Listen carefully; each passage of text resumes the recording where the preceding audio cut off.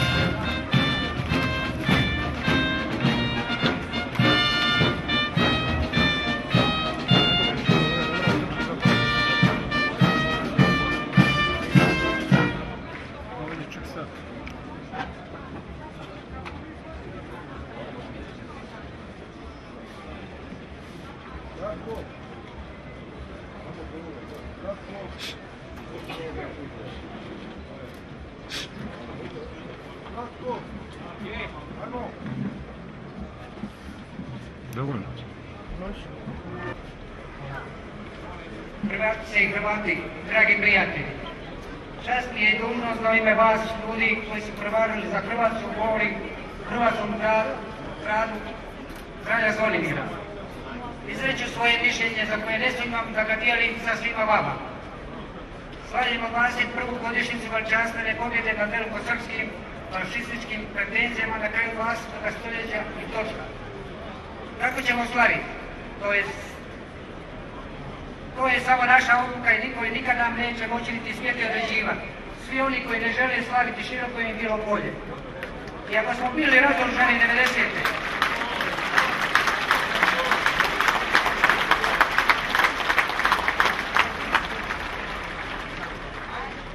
Uz vodstvo pokojnoga predsjednika doktora Tuđmana u snažnu želju i vjeru te nemale žrtve izvojevali smo slobodu hrvatskom narodu i svim građanima Republike Hrvatske. Oluja je bila samo najveći dragulj u kruni Domovinskog rata.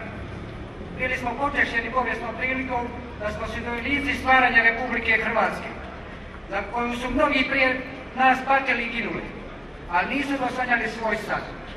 Borba za suvremenu Republiku Hrvatsku Olujom nije završila, samo je završio prvi čin. Drugi čin je trebao biti, naglašavan, trebao biti borba za napredak u svim segmentima društva. I što bi danas rekli? Je li drugi čin započeo? Je jer se tko borio u drugom činu i da ne pitam je li provedena i završena akcija.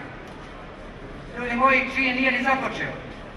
21 godinu nakon što smo im omogućili da u udobnim foteljama brinu o državi, što su učinili? Fotelji su koristili, a ne samo fotelji. I prije tome su se posvetili samo svom osobnom probitku, čak i kada je cijena bila previsoka. Kad je darovana fotelja došla pitanje, sjećate se referenduma izabranog zakona, tada su svi političari bili protiv. Na sve načine omogućavali prikupljanje potpisa i narod je povjerovao. Ustavni sud donio odluku da je potrebito prikupiti 10% potpisa od ukupnog broja birača. I tada na scenu stupa naš slavni Bauk. U jednom trenutku u Hrvatskom imamo više od 4 milijuna birača, a u drugome ima ukupno stanovnika manje od toga. Pa računica je išla do toga da treba negdje nekoga tamo brisati. I brisali su. Brisali su u Vrgorcu, Imotskom, Metkoviću, a ne u Vukovaru. U Vukovaru se kao lopovi novci pojavljuju provoditelji zakonskog postavljanja ploča na srpskom jeziku.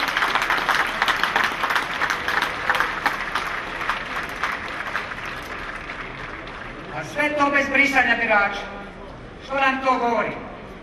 Narode moj, čekalo se da završnom akcijom riješimo prvi čin u stvaranju Hrvatske, sretne i ugodne za život. Učinili smo to ovih dana 21 godinu unatrag. Dočeci koji svoji radnika s svim vremenom bili su velčasni i danas vam govorim hvala vam na tome. Bili smo ponosni i sretni. Imali smo i mi vjeru da će sljedeći korak biti društveni, gospodarski, socijalni, administracijski, a i svaki drugi napredak. Danas nas pripremaju sljedeći korak.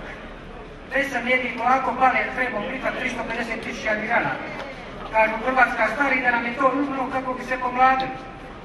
A niko ne spominje 350.000 zasigurno i više naših mladih koji su istjerali iz Hrvatske. A isti koji nam pod navodnike dobronamjerno nude imigrante otjerali su našu mladost. Duboko smo u krizi, svjesni smo da je potrebito učiniti sve kako bi je izvukli iz toga i vratili hrvatskom čovjeku dostojan život. Tako je naš posljednji saziv Hrvatskog državnog sabora od 325 dana radio 57 sjednica. Stvarno su se iskazali. Manje od 2 dana tjedno. I što smo mogli i mi krajem srpnja, početkom kolovoza 95.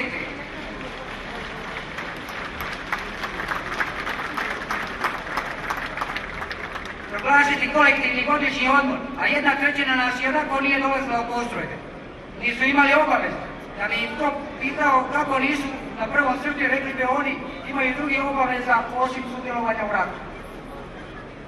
Bojao sam se jer potrebito išta govoriti i držati petominutnu šutnju. Šutnja za sve nedaće koje se napile na nama. 5 minuta gromoglasne tišine. Koliko sam se god trudio nisam mogao naći nešto što bi bilo novo. Do sada ne je izrečeno. Upravo u tome je najveći problem svih nas. Slušamo, a ne čujemo, gledamo, a ne vidimo. Određene kaste hrvatski narodi etiketiraju bez ikakve osnove. Ostalo je u genima iz komunističkih vremena, pa su tako antifašistički tepik prepunili komunističkim zločincima i zločinima.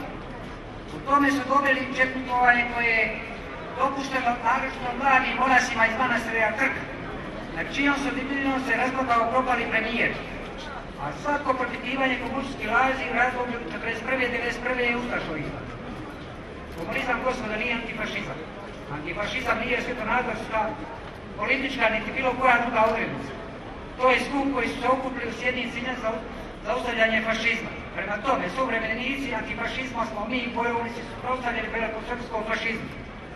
Ali nismo sasvim sigurno pripadnici totalitarnog komunističkog režima osuđenog u suvremenoj Europi zajedno sa svim drugim totalitarnim ideologijama i sustavima. Moj narode, koliko treba proći vremena da otvorim oči. Referendum o samostalnosti 1991. godine 93% glasača za gdje su nestali? Ili su nam oni 5% uzeli domovinu iz ruku? Čak nije nemoguće. S takvim postotkom državi Hrvatskom Hrvati u Hrvatsku potlačeno komunističkom kazamatu. Metode izričanim identičnim mračnim vremenima komunizma, sjetimo se slučaja spašavanja vojnika Mustača i Petkovića. Sve zadovoljno. I danas u pravosudnom sustavu na visokim funkcijama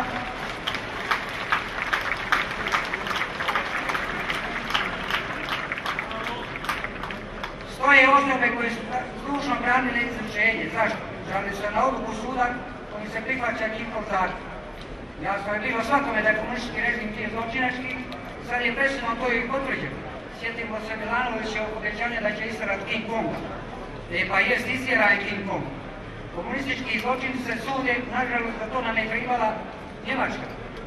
Neka svima bude jasno da je pred budućom vlasti rješavanje svih drugih komunističkih zločina. Gospodine Plenković, iako ste najavili da nećete voditi ideološkim pitanjima, vi, ali i svi ostali pretendenti na funkciji premijera, saborskih zastupnika, morate završiti priču o prošlim vremenima. Zarobljeni smo u tom vremenu jer nije došlo do istine. Istina oslobađa, istina će zatvoriti to poglavlje naše prošlosti.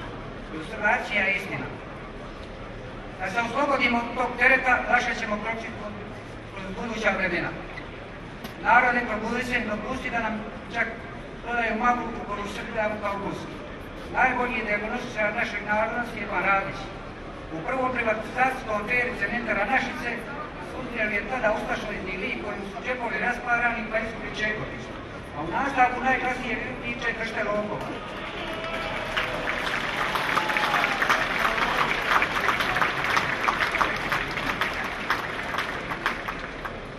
Naša braća Hercegovci su im krivi za sve. Zavara narod postaje ili ostaje.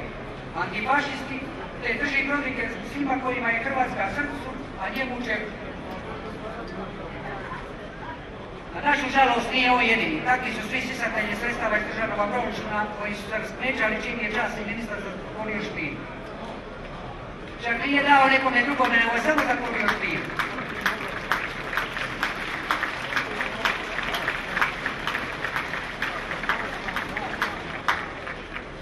Onda ga napada bivši poklonik ustaškog režima u novinama koje bi trebali služiti dobrobit nacionalne manjine, koje mu zamjera fotografiranje sa bojovnicima Republike Hrvatske, a ministar kao zaštitnik uputio svom radu propitivati komunističku istinu o tamnici zvanoj Jugoslaviji. Ljudi moji, kada slučajno u državi postanete papci, onda budite sigurni da ćete uskoro biti papkari ili volovi ili krave ili čak ovce. Samo ako mu to dopustite.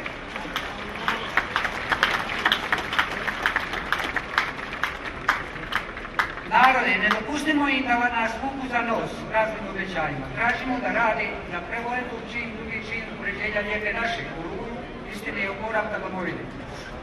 Još samo nešto želim vama nešto priznati i ispričati vam se. Tako ću se koristiti riječima moj pokojnog. Priznajem da sam zajedno sa svojom braćom uzeo oružje da zaustavimo srbo-četničke horde koje na napadnuće domovine. Priznajem da bi opet to ponovio ako zatreba to još veći žarom nego prije, priznajem sve. Ispričavam se.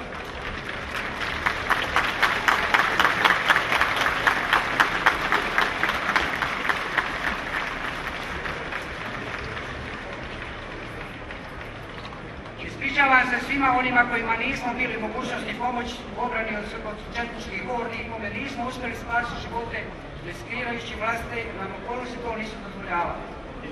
Najviše se ispričavam tebi, moj narode, što nismo odradili posao do kraja, a sada moraš trpjeti ovakva sranja i uvrede vlastitoj zemlji.